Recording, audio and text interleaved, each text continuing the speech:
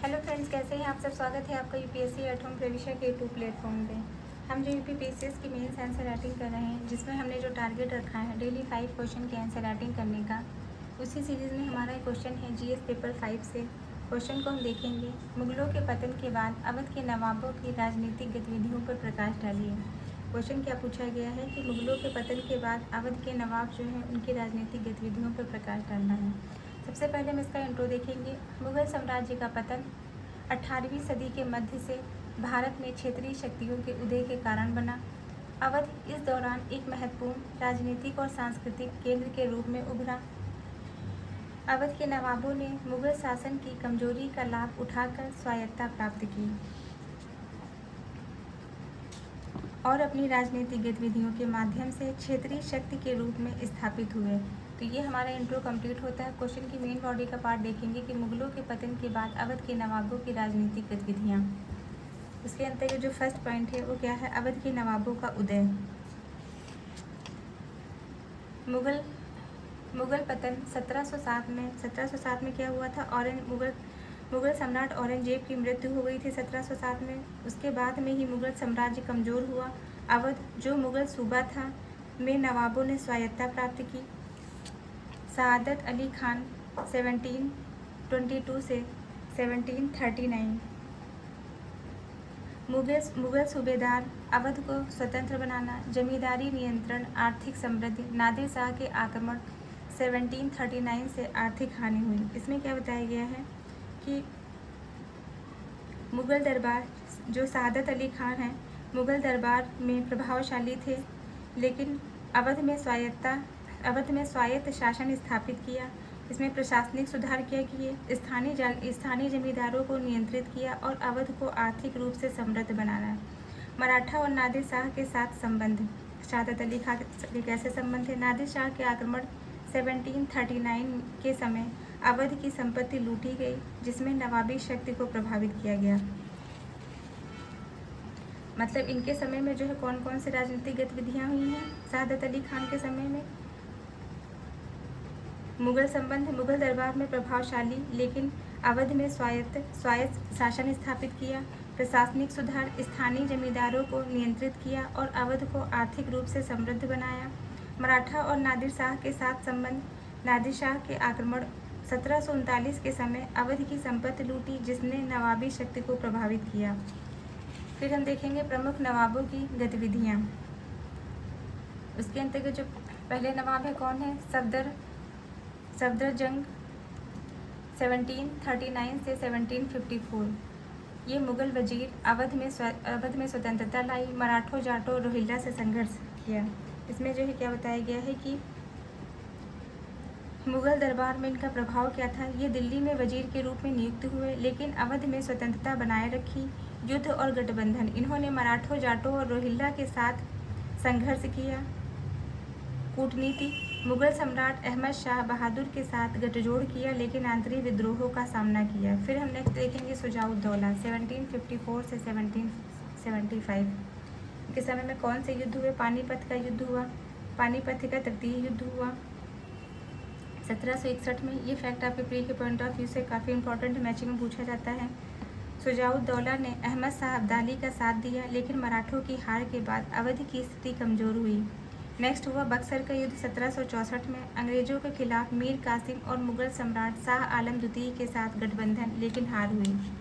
Next हम देखेंगे इलाहाबाद की संधि हुई 1765 में। अंग्रेजों से संधि, अवध बफर राज घोषित हुआ।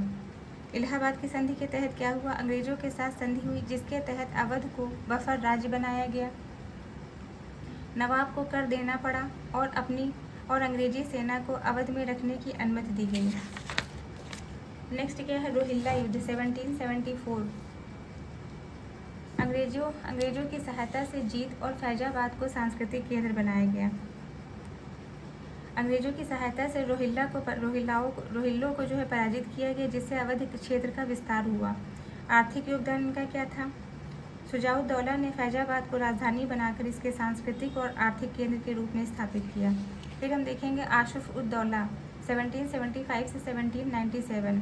राजधानी लखनऊ स्थानांतरित की। अंग्रेजी प्रभाव बढ़ा। वित्तीय संकट, बड़ा इमामबाड़ा और रूमी दरवाजे का निर्माण करवाया। इनके समय में आशुफ दौला जो है 1775 से 1797, इनके समय इनका जो है टाइम पीरियड काफ़ी रहा है।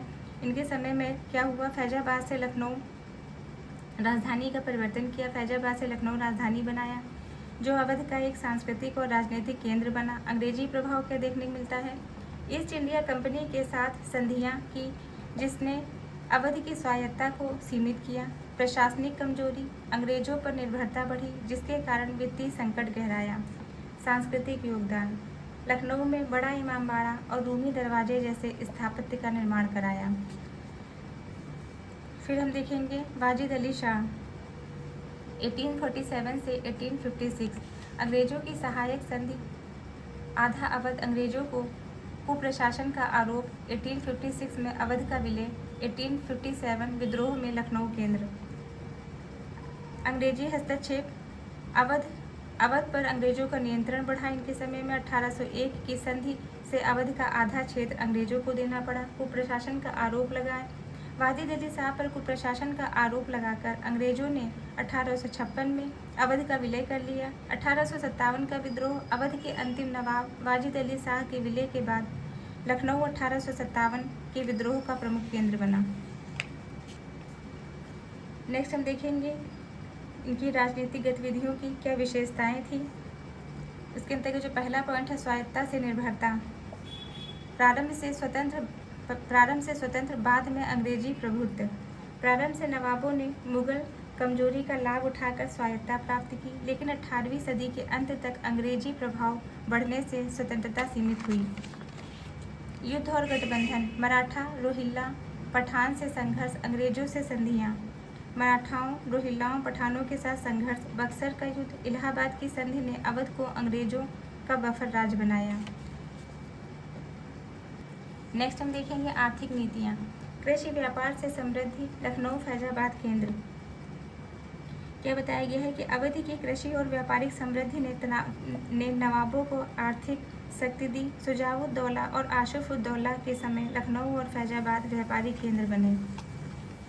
नेक्स्ट पॉइंट है अंग्रेजी हस्तक्षेप। सहायक संधि 1856 में, सहायक संधि 1856 में विलय। अंग्रेजों की सहायक संधि ने अवध की स्वायत्ता को कम किया। 1856 में अवध का विलय ब्रिटिश साम्राज्य में हुआ।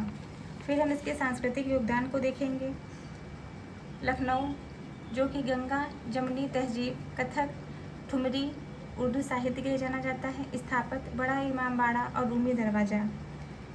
यद्यपि प्रश्न इसमें बताया गया है कि जो प्रश्न है वो हमारा जो है राजनीति पर केंद्रित है। नवाबों ने लखनऊ को सांस्कृतिक केंद्र बनाया। जो अवध के नवाब हैं उन्होंने जो है क्या किया है, लखनऊ को सांस्कृतिक केंद्र के रूप में स्थापित किया है। लखनऊ की गंगा जमुनी तहजीब, हिंदू मुस्लिम सांस्कृतिक समन्वय, कला और स्थापत्य में बड़ा इमामबाड़ा, रूमी दरवाजा और उर्दू साहित्य का विकास हुआ है। कविता और संगीत में हम वाजिद अली शाह के समय के कथक नृत्य और ठुमरी का विकास देखने को मिलता है। तो ये हमारा क्वेश्चन का जो मेन बॉडी का पार्ट है वो कंप्लीट होता है। अब हम इसका कंक्लूजन देखेंगे। अवध के नवाबों ने मुगल पतन के बाद स्वायत्त शक्ति स्थापित की, लेकिन अंग्रेजी हस्तक्षेप ने उनकी स्वतंत्रता समाप्त की। सुजाउद्दौला और आशफउद्दौला के समय अवध राजनीतिक सांस्कृतिक केंद्र रहा है। 1856 का विलय और 1857 का विद्रोह अवध की राजनीति का अंतिम चरण था। तो ये हमारा क्वेश्चन कंप्लीट होता है, जो कि हमने लिया था जीएस पेपर 5 से। इस क्वेश्चन को हमने पूरा डिटेल में देखा है। आप लोगों को हमारी जो सीरीज़ चल रही है कैसी लग रही है हमारे कमेंट सेक्शन में ज़रूर बताइए। तो ऐसे ही पढ़ते रहिए, लाइफ में आगे बढ़ते रहिए। यूपीएससी एट होम प्रविशा के साथ में मेंस आंसर राइटिंग करते रहिए। Thank you.